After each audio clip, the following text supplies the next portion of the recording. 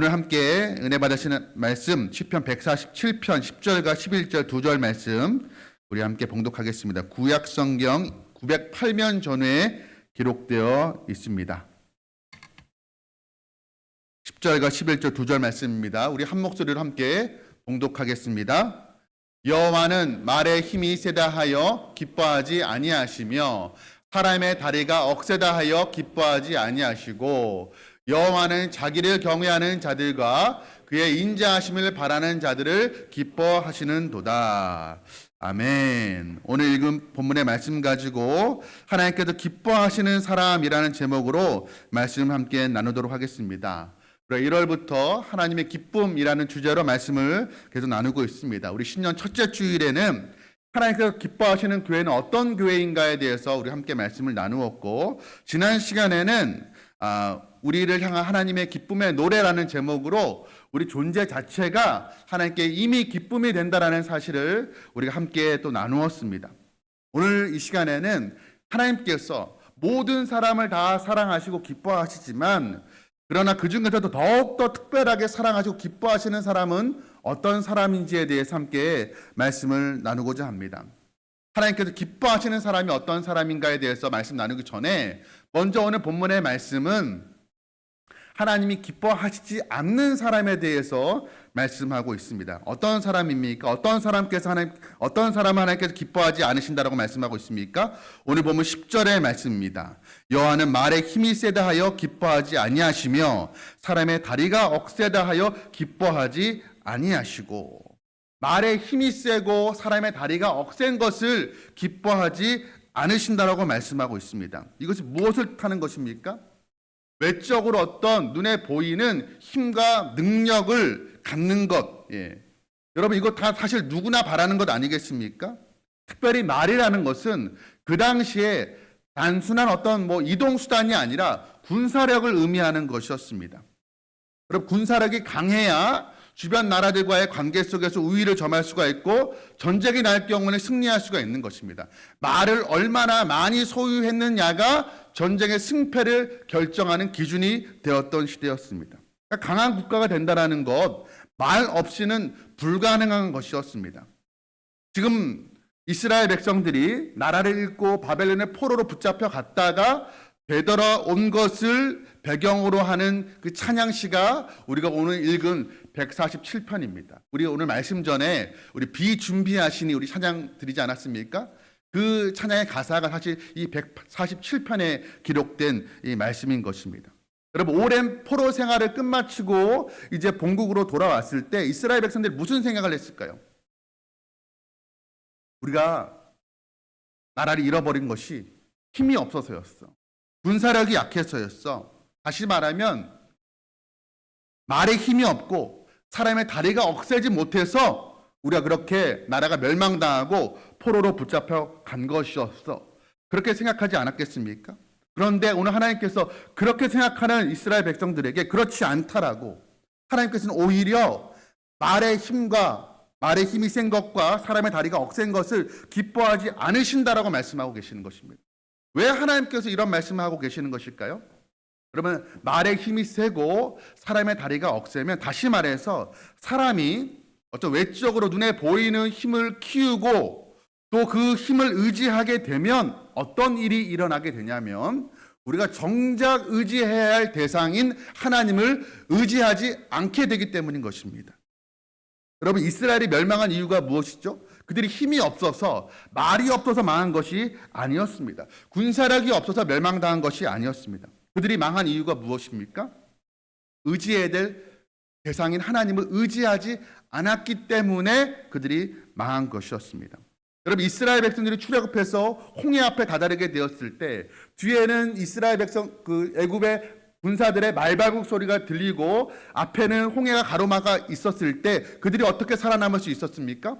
그들이 가진 군사력을 가지고 애굽의 군사들과 맞서 싸워서 승리해서 살아남을 수 있었던 것이 아니었죠. 모세가 지팡이를 들고 뻗었을 때 하나님께서 그를 통해 역사하셨기 때문에 그들이 홍해 앞에서 또 애굽의 군사들의 그 칼에 무너지지 않을 수 있었던 것이었습니다. 여러분, 초롱성과 같았던 여리고성을 무너뜨릴 수 있었던 이유는 무엇입니까? 그들이 군사력이 강해서 그들이 어떤 전략이 있어서 그들의 힘으로 그들의 지략으로 이긴 것이 아니었습니다. 하나님의 말씀을 믿고 순종했을 때 칼 한 번 휘두르지 않고 그 초롱성 같았던 여리고 성을 함락시킬 수가 있었던 것이었습니다. 여러분, 그렇게 하나님께서 이스라엘을 위해서 일하신다는 것을 계속해서 보여주셨습니다. 하나님이 의지할 만한, 믿을 만한 대상이 된다는 것을 계속해서 보여주셨습니다. 그런데 이스라엘 백성들은 눈에 보이지 않는 그 하나님을 의지하는 것이 아니라 이제는 우리도 이방 나라들처럼 눈에 보이는 인간 왕을 받고 싶다라고 하나님께 인간 왕을 세워달라고 요청을 해요. 하나님께서 이것을 미리 아셨습니다. 그래서 신명기에 보면 이스라엘이 나라를 세우기 전에 훨씬 더 이전의 일이죠. 신명기에 보면 하나님께서 앞으로 너희가 내게 왕을 세워달라고 요청할 것인데, 그런데 그 왕의 이스라엘의 왕의 조건은 이러하다라고 하나님께서 미리 말씀하신 바가 있습니다. 신명기 17장 16절 말씀입니다. 우리 함께 읽도록 하겠습니다. 그는 병마를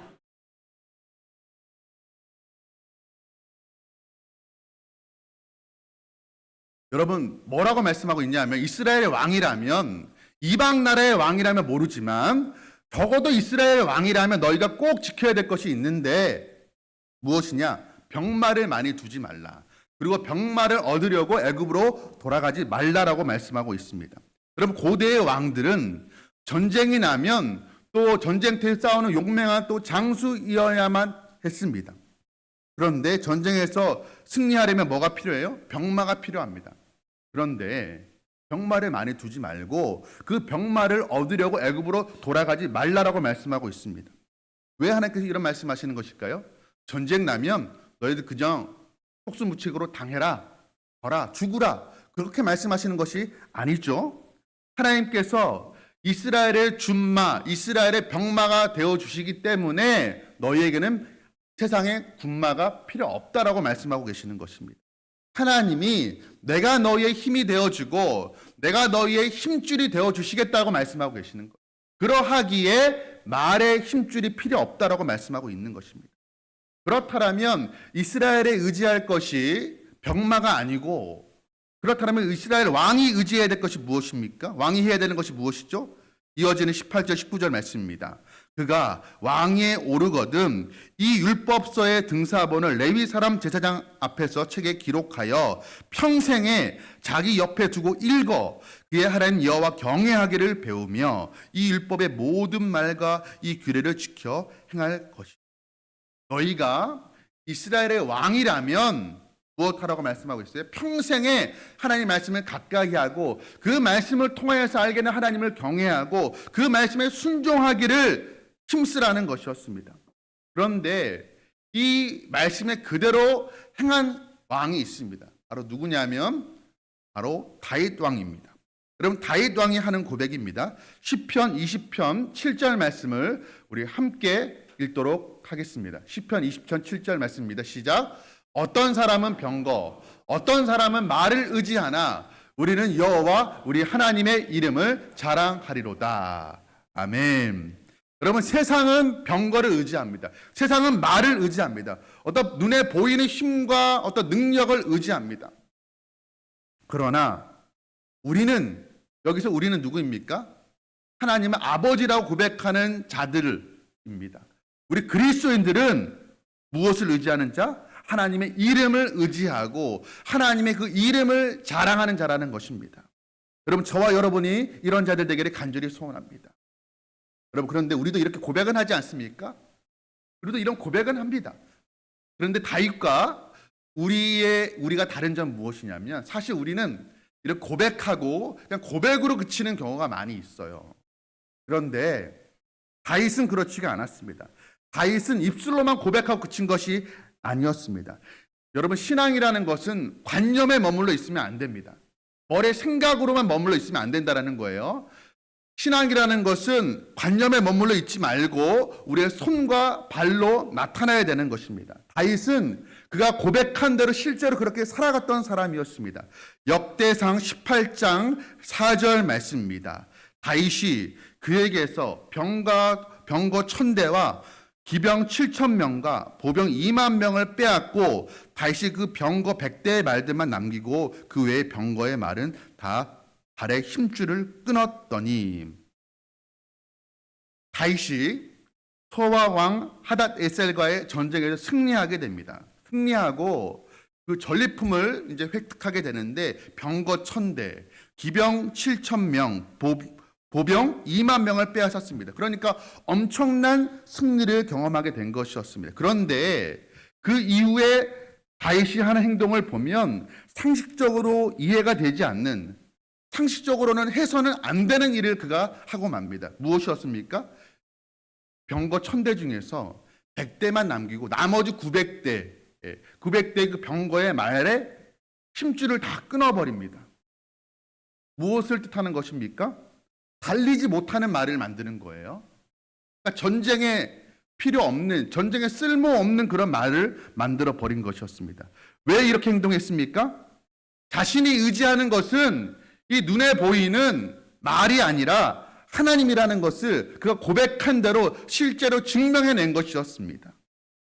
여러분, 그런 다윗을 하나님께서 보시고 참 기뻐하셨겠죠? 그래야 해서 다윗은 하나님께서 뭐라고 말씀하십니까? 내 마음에 정말로 합한 사람이다라고 그렇게 인정하신 것이었습니다.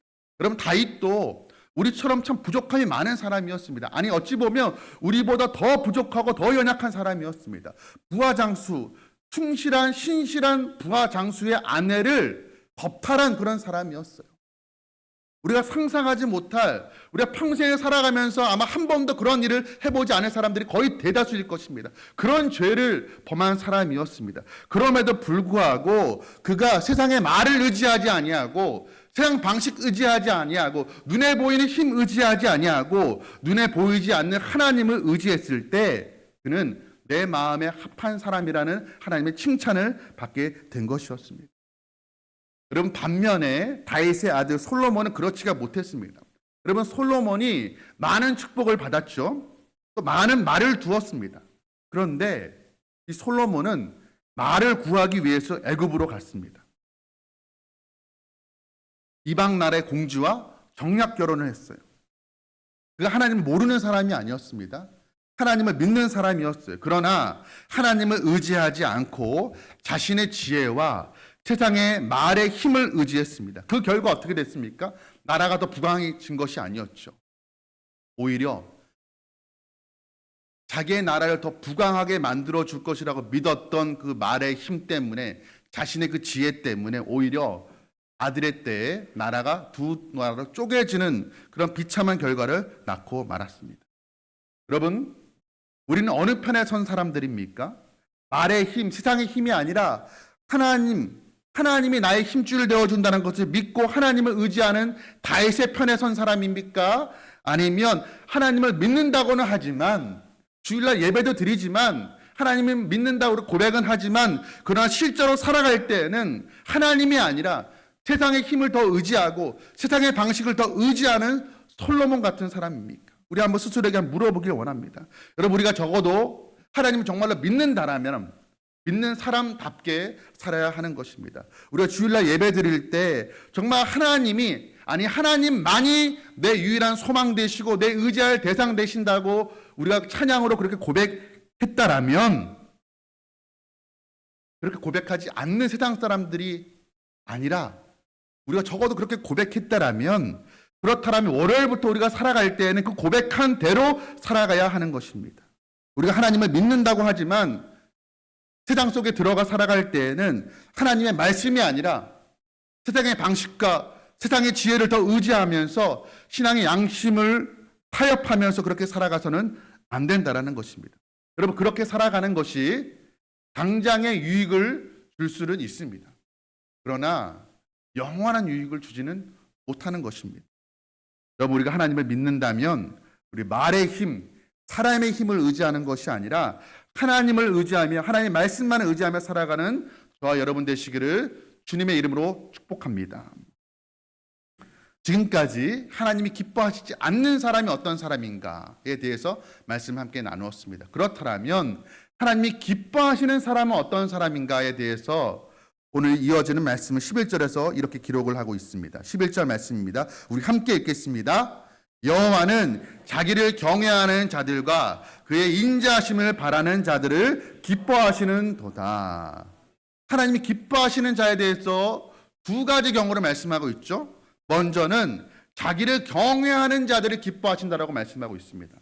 여러분, 경외라는 단어는 히브리어로 야레라는 단어인데 이 성경 전체에 한 145번이나 등장합니다. 굉장히 많이 등장하는 것이죠. 그렇다면 이렇게 많이 등장한다는 것은 무엇을 의미하는 거예요? 그만큼 중요하다라는 것이에요. 하나님을 경외하는 것이 그만큼 중요하다라는 것입니다. 여러분, 경외한다는 말이 무엇입니까? 경외한다. 존경하고 존중하고 존경하고 너무나 존경하고 공경하기 때문에 두려워하는 마음까지도 갖는다라는 것입니다. 그게 경외인 것입니다. 여러분, 에베레스트 산이나 그랜드 캐년이나 나이아가라 폭포 이런 아주 거대한 그 자연 앞에 서게 되면 그 웅장한 스케일이 압도되어서 일종의 어떤 경외심마저 갖게 된다고 합니다. 자연에 대해서. 그런데 여러분 한번 생각해 보십시오.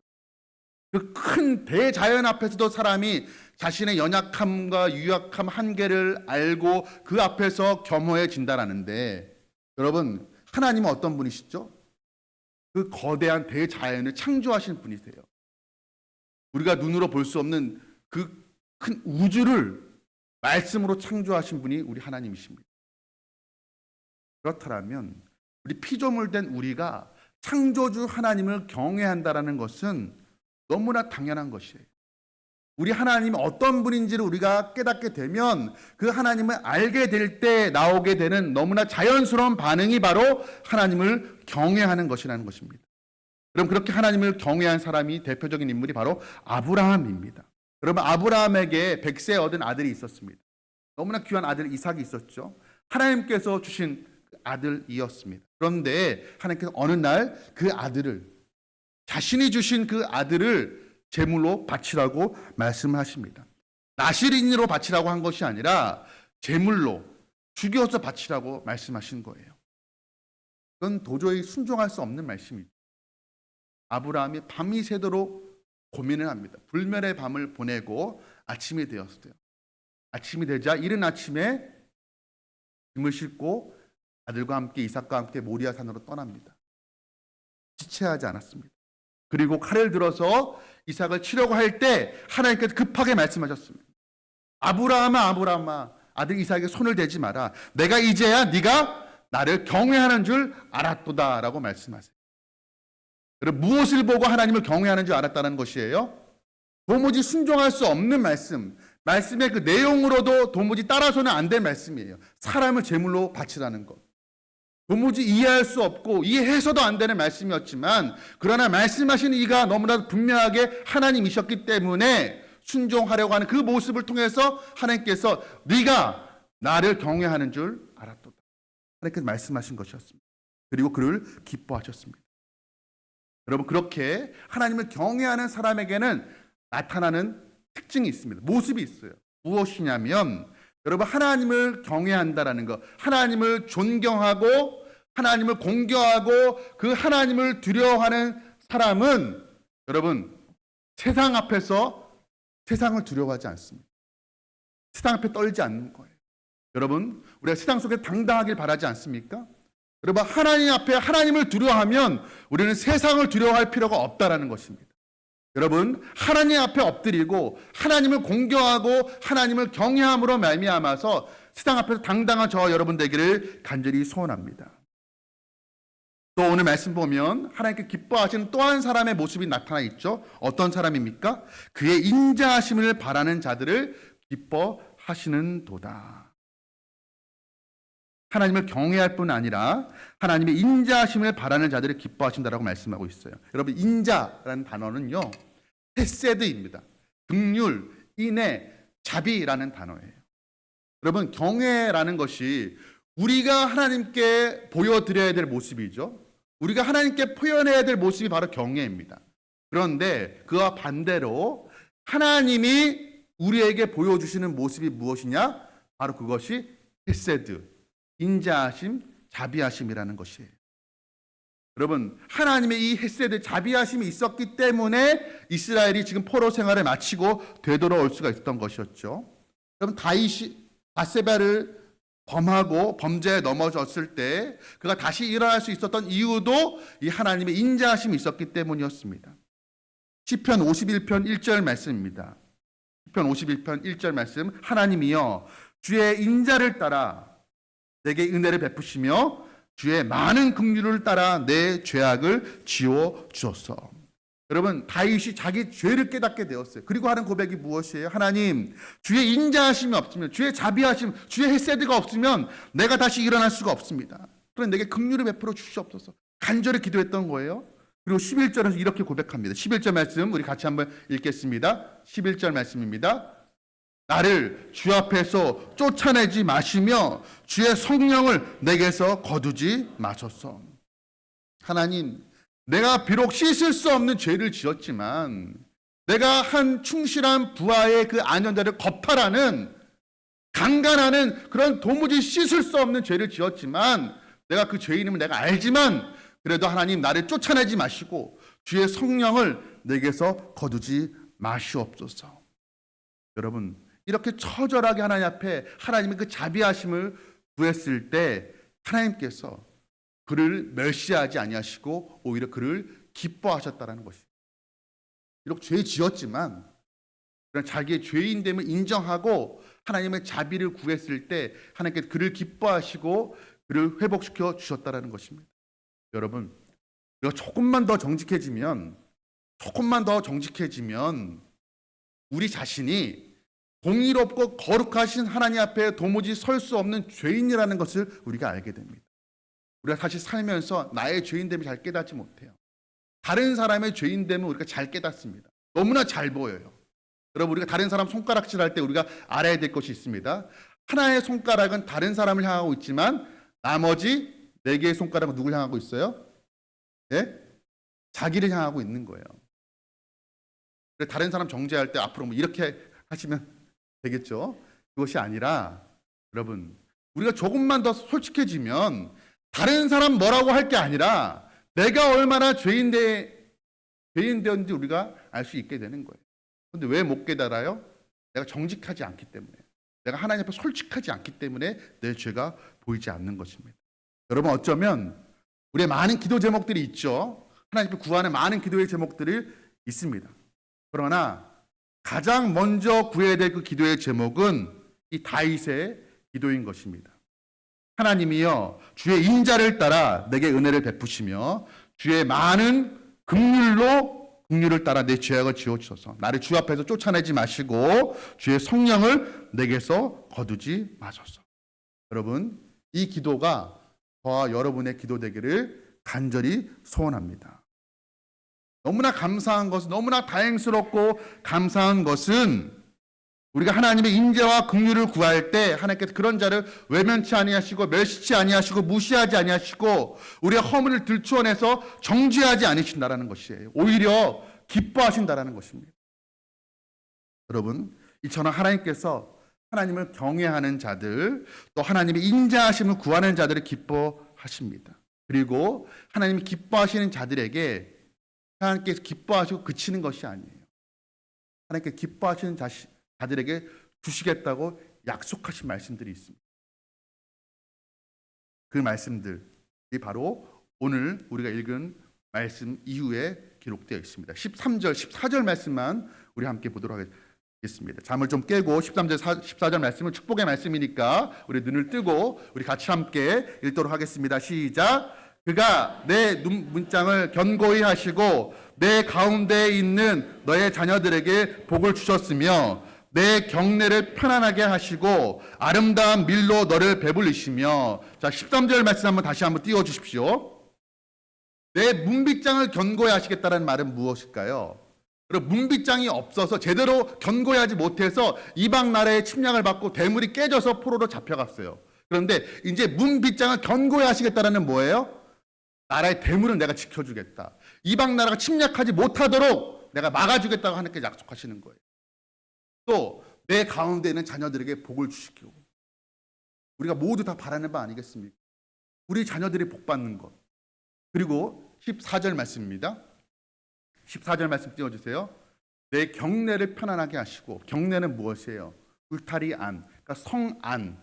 오늘날 치면 우리의 삶의 터전, 내 삶의 울타리 안에 평안함을 주시겠다는 거예요. 아름다운 밀도 너를 배불리시며 먹을 것을 풍족히 허락하시겠다는 것입니다. 어떤 사람에게 하나님께서 이런 약속을 하셨다는 거예요? 하나님이 기뻐하심을 입은 사람들. 여러분, 말의 힘이 아니라 하나님을 의지하는 사람들, 하나님을 경외하며 그분의 자비로우심 구하는 자들을 하나님께서 특별히 기뻐하시고 그들에게 이런 축복을 허락해 주시겠다고 약속하셨습니다. 여러분, 우리가 정말로 하나님을 믿는다라면, 하나님의 자녀라면 우리 하나님의 근심거리가 아니라 하나님의 기뻐하심을 입는 그런 사람들이 되어야 될 것입니다. 여러분, 세상이 아니라 하나님을 의지하여서 우리의 힘줄 되어주신 하나님을 우러러 경외하고 또 그분의 자비하심을 날마다 구함으로 말미암아 하나님의 기쁨되는 저와 여러분 되시기를 주님의 이름으로 축복합니다. 우리 시간 함께 찬양하고 주신 말씀 붙들고 기도하도록 하겠습니다.